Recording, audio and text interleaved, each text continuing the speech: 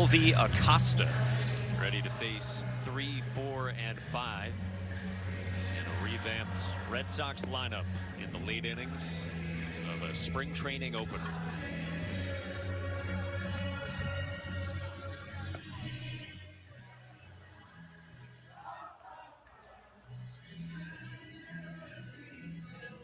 Good start to the spring for the Red Sox. It has been busy over the last few days. We talked about how that relates to the front office.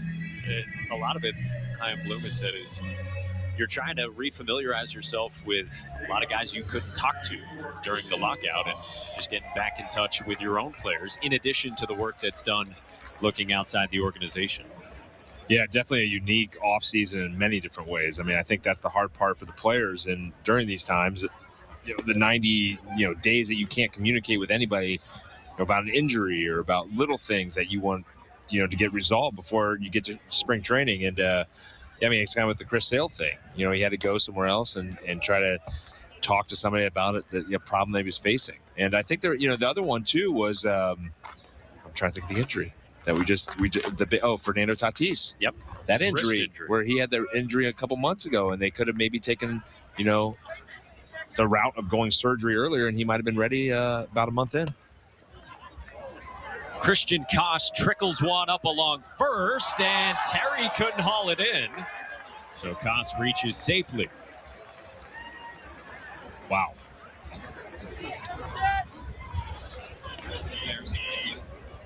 This is a wild play. Cue ball. Runner says, I got to go run in the box outside.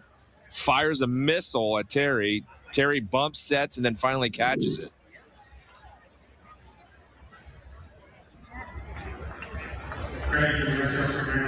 Staring into some sun, perhaps, too.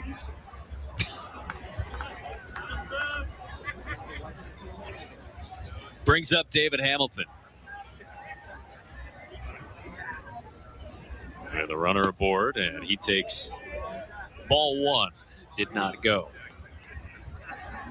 Mentioned the trade that the Brewers and the Red Sox made.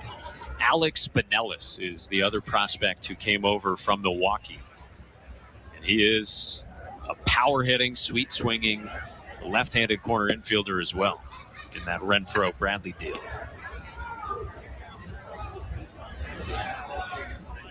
Yeah, I'd love to see him put the ball in play in the outfield here and run. And see how fast he can get around these bases one time. Chaim Bloom has called it premium speed. 1-1 to Hamilton. Ooh. Stopped by Caleb Hamilton.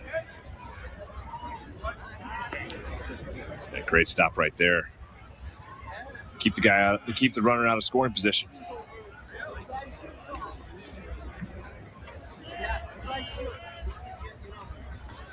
Sox got 4 in the first, 2 in the fifth, 2 more in the seventh. Acosta's 2-1. Up and out.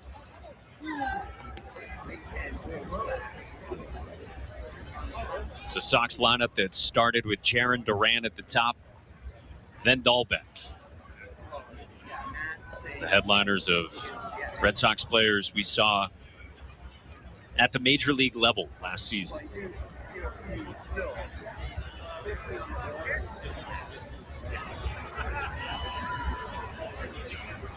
Acosta ready with the 3-1. Yep, he was running on a pitch right there. So 2 on here, and we go down to Jahmai. Thank you very much, Mike. Well, you may have noticed that Jarren Duran's day ended about 4 innings ago after he played in the field and also had 3 at-bats. And you may have noticed also that his first at-bat, he tried to put down a bunt. That's because he and Alex Cora had a little deal going on where Cora said he'd buy him dinner if he was able to do it. He wasn't able to, but that's something he says he's trying to reintroduce him to his game as well as use speed. We talked to him in the clubhouse just a moment ago. Here's more of what he had to say. I had like a conversation with myself in the offseason that I really wanted to get back to that because, feeds into me as a player, be able to use my legs and get on base for guys. So I'm going to try and use as much as I can, as much as they give me. The adjustments you've made, in your stance, your swing, all that type of stuff. Can you take us through, kind of what your focus was this offseason with that? I mean, it's okay. I don't want to talk about it too soon. It's only the first game, so I'll if it goes good, we'll talk about it. But I'm just trying to work on keep it under the carpet. How much of a focus is bringing more energy? Alex mentioned that before the game. You're a high energy guy, and I'd like to see that from you this year. Yeah, I mean, I try and keep it a little toned down so I don't annoy anybody with how much energy I have. So, but I'm just gonna try and have fun. It's like my major key this year is to go out and have fun and just enjoy it. Is that hard to do? And enjoyed is what he hopes to see. Alex Cora said he wants him to play with energy and emotion. That's something that he brings to this team. As Jaren said, he wants to try to stay out of the way as a rookie, but they're looking for him to do that. And you also might have noticed that he's noticeably bigger. He's never been a stranger to the weight room. I talked to him about his frame earlier. He said, well, given the lockout, he had a few more opportunities to hit the weights during that 99 days away. Yeah, Jemai, the family genes help in that regard, too, for the very well-built Jaren Duran, who's got the Jets, too. And, yeah, a lot of chatter about where the hands are and how much he tweaked that. You were talking about it earlier. Red Sox Stats, who is always on the prowl, one of the best Twitter follows out there. He had the screenshots going earlier in this game. Yeah, it's definitely one of those things where you practice all offseason, you try to work on things, especially if you're trying to make an adjustment to your mechanics. Everything's easy when you're in a batting cage. It's when you get in a game situation, you got to bear down, and, hey, now it's time. Will it work? And that's the hard part is, hey, it might take a week, it might take 2 weeks, and that's when you hear the cliche, trust the process, trust the process. You hear that over and over and over, and it's true. You got to stay with it. You got to believe in it. And just because you're not having early success, you got to keep going with it. And eventually, it just becomes a routine. And the feels of that swing will just keep developing as time goes on. As Hudson Potts strikes out. So 1 away, bottom of the 8th, still 2 on for the Sox. And Rosario climbs in for the second time. Singled and scored earlier.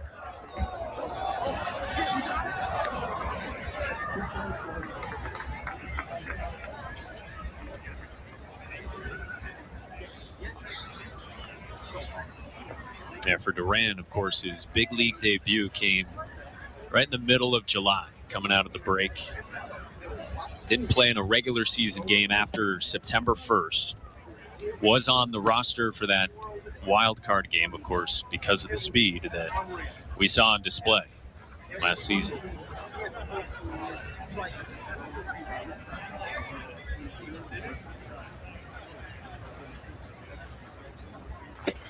Two and one.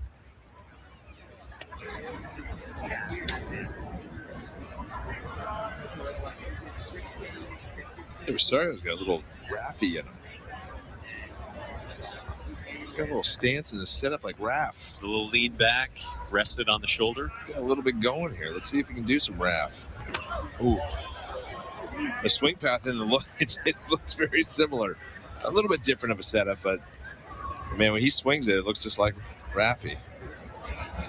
Another guy who came over from the Padres a few years ago in the Mitch Moreland trade. Fans are still in it. Go you! Come on! 2-2. Up high, full count.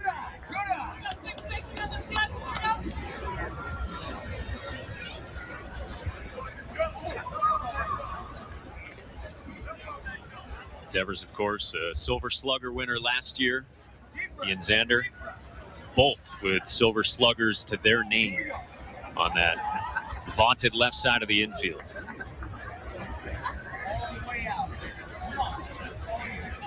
JD and Kike back. As Rosario vaults this one high into the sunshine for out number 2. First infield fly. Another sign of spring. This is the offense the Sox had last season and where they ranked in the American League. 3rd in OPS and 4th in runs per game. Yeah, the runs per game is something that, you have to add on and build upon and get up there and do all the little things. I mean, I think that's what Alex Cora always preaches is, hey, we're going to lessen the strikeouts. We're going to try to put the ball in play a little bit more. And that's what everyone's trying to search, right? All around baseball right now, every single team is searching for that. How do we put the ball in play while also generating runs through the home run? Because you got to generate runs through the home run just as much as you're generating runs through getting on base and getting guys over and getting them in. It's just harder, guys. It's hard to get guys to buy into it too. With guys throwing so hard, they're thinking, hey, this might be the only opportunity is to go with the long ball. But the good teams find a way to do it with both.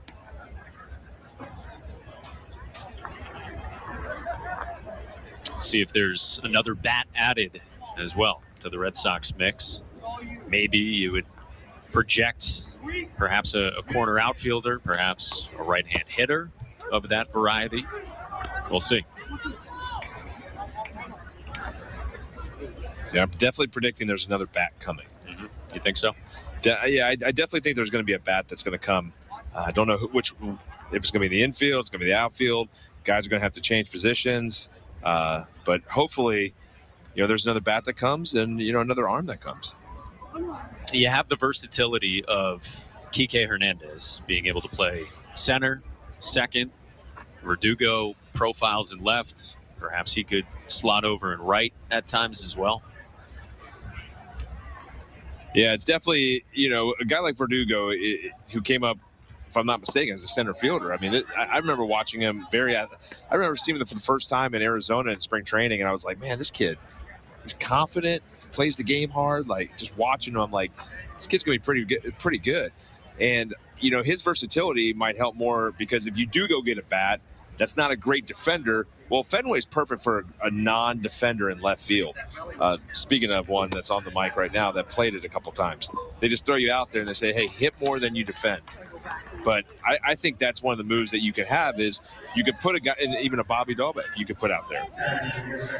Well, is Christian Koss put out here? Question is whether that was a 2-2 and whether it was ball 3, like Acosta thought, or whether it was a 3-2 pitch that missed and ball 4 to Wilson. Or did it hit him?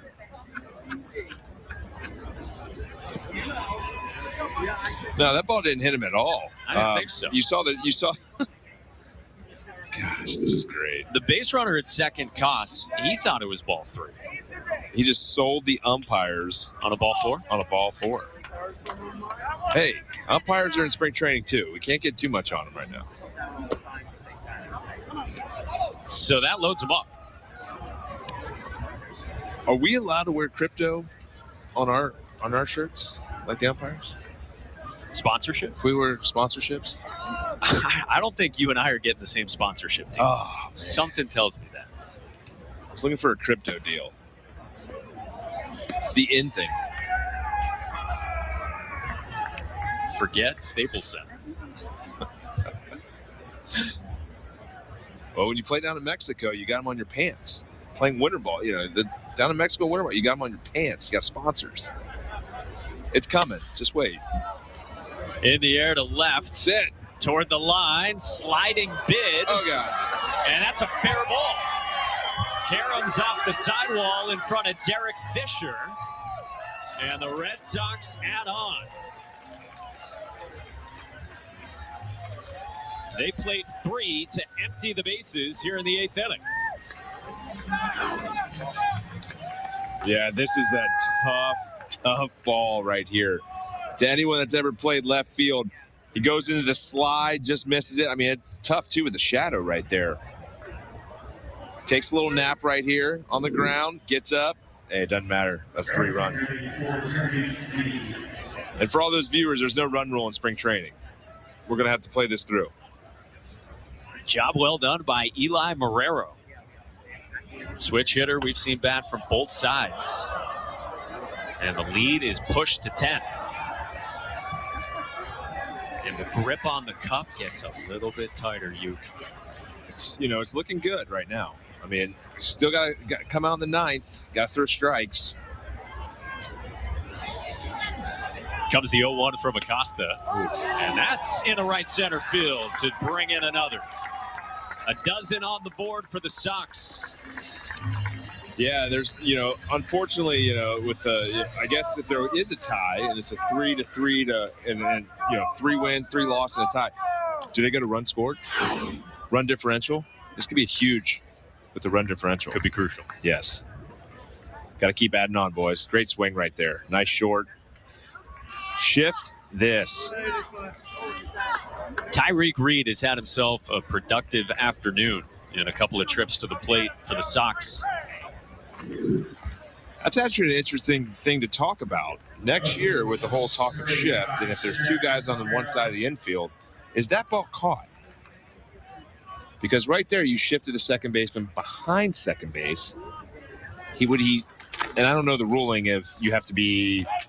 We'll find out a lot of these rules coming forward with the rules committee and stuff like that. But that ball's right at the second baseman, possibly. And those are rule changes that are coming to different levels throughout the minor leagues. As it relates to the shift, in particular with that'll be AA and down. So no higher than AA. But, of course, a lot to talk about. What you do with the shift. Well, we'll have all the analytics ready for what the shift did versus what it doesn't do to add runs. Yeah. Austin Martin bobbles it at short, and Ceddanne Rafaela is on.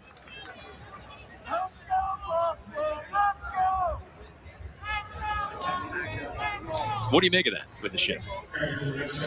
Yeah, I mean, tough play right there, but I've never had a problem with the shift. I mean, the game, it's Ted Williams got shifted. David Ortiz, I saw the craziest shifts with when he played. If the players in baseball think it's a good thing, then we do it. But we'll see. I mean, we'll be definitive on it when they make the changes. Rafaela speeds around third, and he scores as well. Nick Sogard drives in 2, and the Sox are pouring it on in the 8th inning. Run differential. It's going to be the key to the cup.